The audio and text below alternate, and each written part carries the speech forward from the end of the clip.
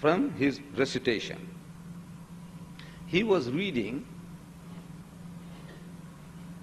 about هو الذي أرسل رسوله بالهدى ودين الحق ليظهره على الدين كله وكفى بالله شهيدا. That portion of the ruku he was reading. So I read that verse out of that full recitation. And I'm asking my audience, the sons of Islam, I said, in the past 24 hours, if any of you have heard that verse, please put up your hands. I said, in the past 24 hours, it was actually in the past 4 minutes, everybody had heard. But I'm asking, I want to make it a little harder for them. I said, look, in the past 24 hours, anybody heard these words? I repeat again. And I repeated the verse again. وَمَا أَرْسَلْنَاكَ,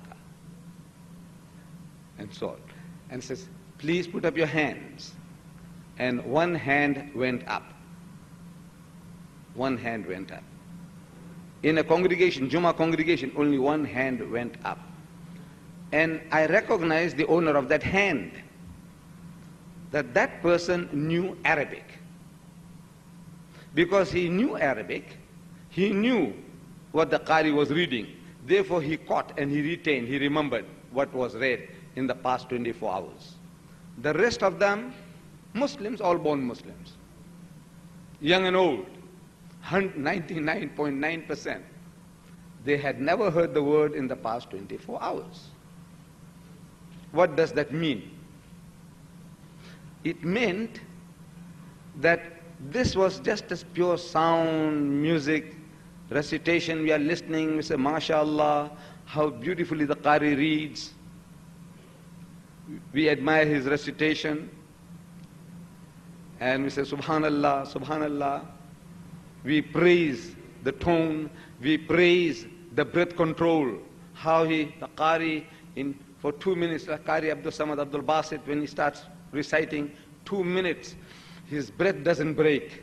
Carries on and on and on. If you or I were trying to compete with him, our breath would break down half a dozen times before he's finished one breath. So people exclaim, Allahu Akbar, Allahu Akbar, everybody shouts.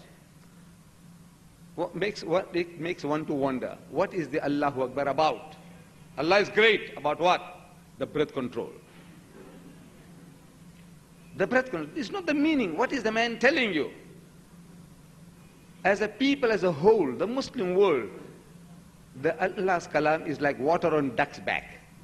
You know, you put water on duck's back, even in the rainy season, the duck is dry. You know, it has its feathers, the water just flows off. Similarly, Allah's kalam also flows off from our backs, from our friends, from our minds. It's just the sound, the music, the rhythm. We read the Quran for sawab, sawab, sawab, blessings, blessings.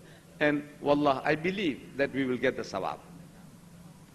But the real message that is being delivered is being lost. Therefore, we don't catch it because we don't understand the language.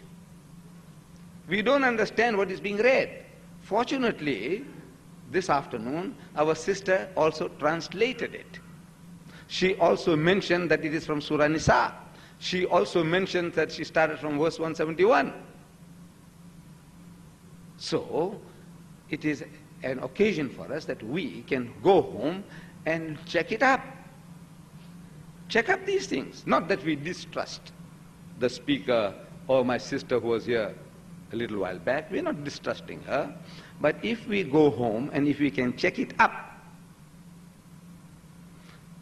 going over it once more again, she has said something, maybe we caught something, some message of it, and some of it we didn't, because we might not have been familiar with it. But if we go home and check it up in our own good time, then that knowledge becomes a part of us. It becomes a part of our knowledge. And then when we start sharing with others, it really becomes our property. Like this, it's very good, you listen to a talk, mashallah, you know, it was well delivered, you know, well, the man was well spoken, and he was mesmerizing the people, all that kind of things can happen, but it's it's a short-term entertainment. We're getting entertained. You do get entertained. We all get entertained. See, by our learned people, they come along, entertain us. So, it is a very good idea to go home and check up in the Qurans at home. I take it that every Muslim has a Quran at home. But it's very difficult for the non-Arab, we non-Arabs. I don't know how many Arabs are here. They might be very conversant with the Quran, I don't know. But the bulk of our people, very, very difficult. Our sister said Surah Nisa. In a Quran, a volume of this magnitude, this particular one is a translation, 1,920 pages. Where will you find Surah Nisa? In the first instance, go and check it up. Where? But if you have a translation like this one, this particular one, published on this subcontinent, this part of the world, in Lahore, it was first published in 1935 or therearound by Sheikh Muhammad Ashraf, Kashmiri Bazaar, Lahore. This translation is by Abdullah Yusuf Ali. There is another one, Muhammad Ali Qadiani. This is Yusuf Ali. Abdullah Yusuf Ali. Now, in this particular translation, it has advantages which no other translation has. And the advantage here is, number one, that this is the only translation I've seen so far which gives you a verse-by-verse translation. For example, starting with Surah Fatiha, the opening chapter of 7 verses, it begins, Bismillahir Rahmanir Rahim. Exactly opposite that Bismillah in Arabic. On the opposite side, you see, in the name of Allah, most gracious, most merciful. Alhamdulillahi Rabbil Alameen. So all praise is due to Allah, the cherisher and sustainer of the worlds. Ar-Rahmanir Rahim, most gracious, most merciful. Maliki Yawmiddin, the master of the day of judgment. Iyaka na'budu wa iyaka nasta'een. He says, Thee alone we worship and Thee alone we ask for help. Ihdina siratal mustaqim. Say, guide us on to the straight path. Siratal ladhina namta alayhim. The path of those on whom Thou hast bestowed Thy favors. Ghayril maghdubi alayhim waladdallin. Not of those who earn Thine anger, nor of those who go astray. Verse by verse translation.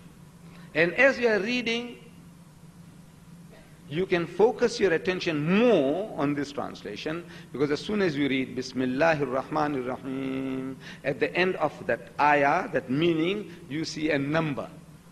That number tells you that there is a commentary, tafsir at the bottom.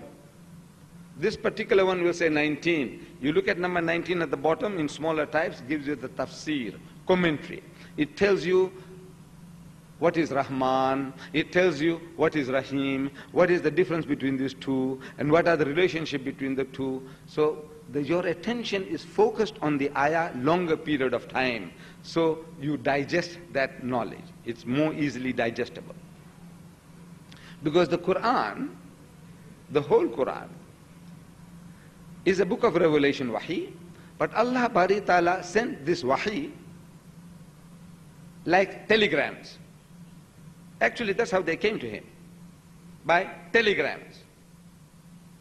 It was not like stories like you say, you know, once upon a time, the fox and the grapes, or the wolf and the lamb, or once upon a time, there was a tailor in China, and he had a son called Aladdin, and Ali Baba and the 40 thieves. No, nothing like that. The Quran is a very concentrated book. And Allah talks by telegrams. And everybody, it's not very easy for everybody to understand telegrams. We might be literate, we read books and all that, read newspapers, but telegrams